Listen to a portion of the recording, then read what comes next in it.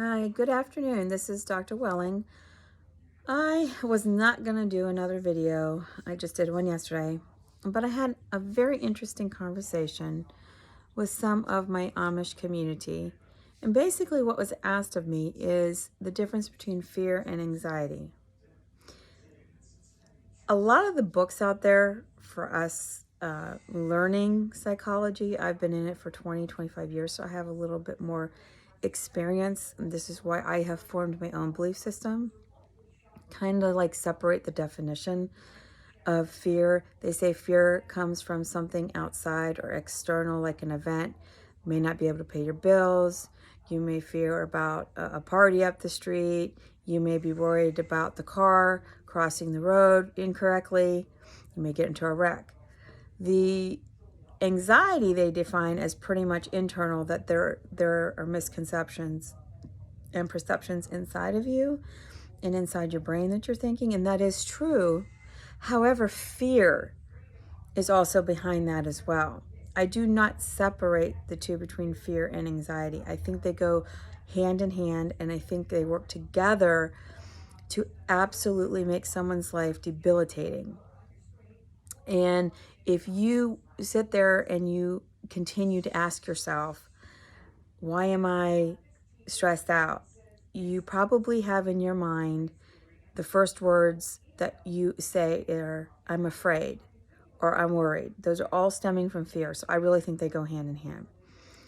It can become so severe that you begin to suffer in life and actually living. You can form panic attacks, which are extremely debilitating. You become disoriented, your palms become sweaty, your back becomes sweaty. You can become disoriented, heart palpitations, and people have absolutely no idea how to handle this. Well, I'm the first one to tell you it's very important, because usually what makes a panic attack worse is fearing the panic attack. You see what I'm saying? Fear. And because sometimes I think the books double talk, because that's what they actually say, that anxiety and becomes worse because you fear the panic. And that's that word fear. So your panic attack gets worse. I tell people, get whatever comforts you, whether it be a car or music, earbuds, exercise, relaxing, meditating, whatever works for you. Just allow yourself to allow the panic attack to happen. And I promise you that it will go away quickly. It is the fear of actually having one, and you're worried about it, that continues the panic attack to strengthen. You're going to see me look down because I want to make sure that I get all the symptoms for everybody. And I'm afraid I might forget one, so I'm going to do like I did yesterday. I'm going to name them. But if you have any of these symptoms with anxiety, it is so important that you just talk to somebody. In a few minutes, I'm going to talk to you differently about a situational type of stressor and a phobia type of stressor. And I'm sure you can guess what those are. Most of you out there kind of probably already know. But first of all, I want you to see if you have at least 4 or more of these symptoms. And if you are, then you're probably more than likely to experience a panic attack in the future. And these are also signs that you have a severe anxiety disorder, or at least a generalized anxiety disorder that needs to be kind of addressed and see where the root of this fear is coming from. So shortness of breath, heart palpitations, that's the panic attacks, trembling or shaking, sweating, the fear of choking, nausea or abdominal distress, which means your stomach can tighten up or have butterflies, or you can just become straight nauseated, and you might even vomit a bit. Numbness, dizziness, unsteadiness. You, for a couple seconds, are disoriented from where you're at. You have to bring yourself back to the present. Feeling of detachment or being out of yourself, that's a little bit different from what I had just said. Sometimes people feel as though they are on the ceiling looking at their body, and I don't mean that you know, directly as it sounds, but I think people who have experienced it will understand what I mean by that. You don't feel yourself at all.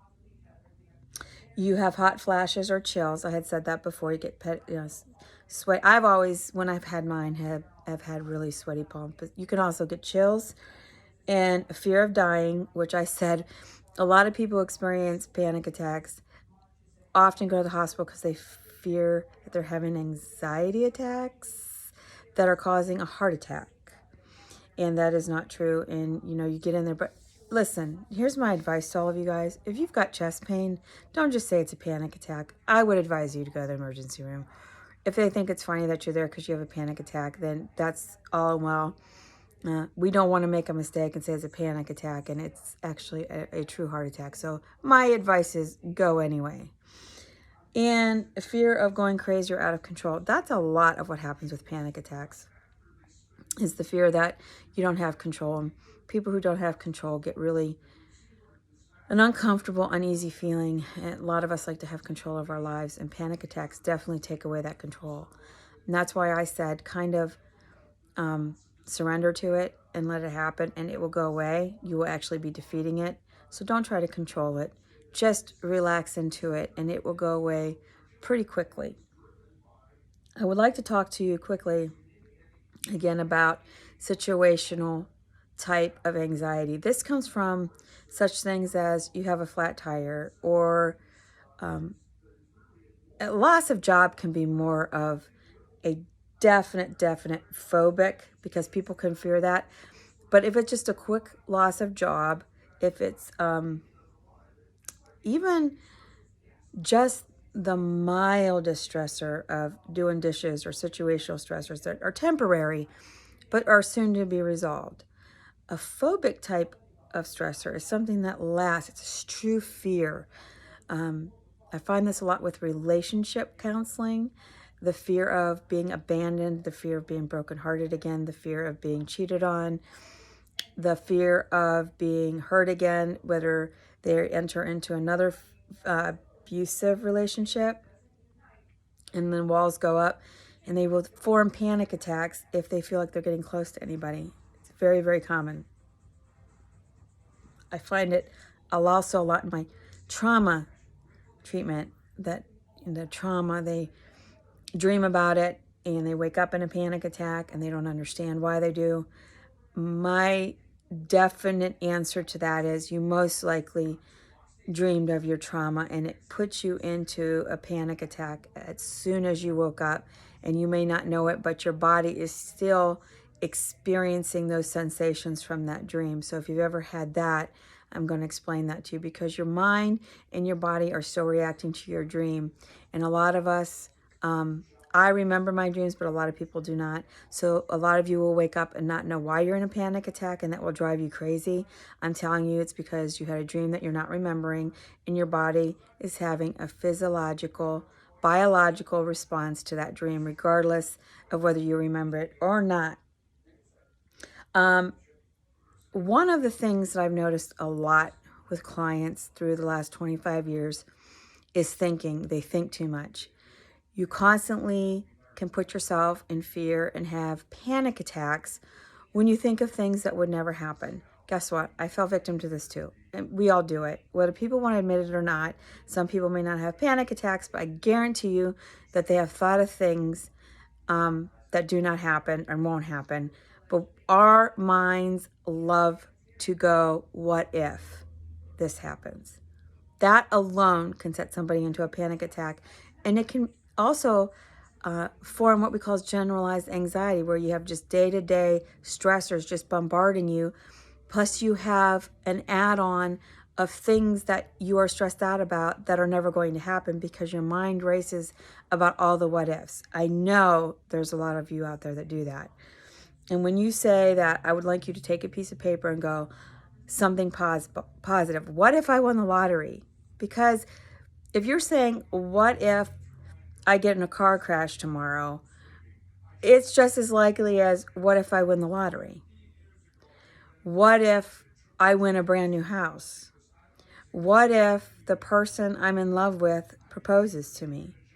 What if I meet my true love? You can think just as much positive what ifs as you can think of negatives. And I suggest that you do that because those are just probably even more likely to happen than the negative things that you're thinking of. So I would challenge everybody to start doing those type of things. I want to mention this only because it was in my book and I thought it might be a good addition. The difference between anticipatory anxiety and spontaneous, and that's kind of what I just said. You think it, and so you're anticipating it, and so then it causes you to go into a panic attack, great deal of anxiety and worry, and then you continue to do that. The spontaneous or panic is out of the blue. You'll be driving down the road, and all of a sudden the picture of maybe the death of your pet, or maybe you get this idea that you're going to go home and your house is going to have burned down.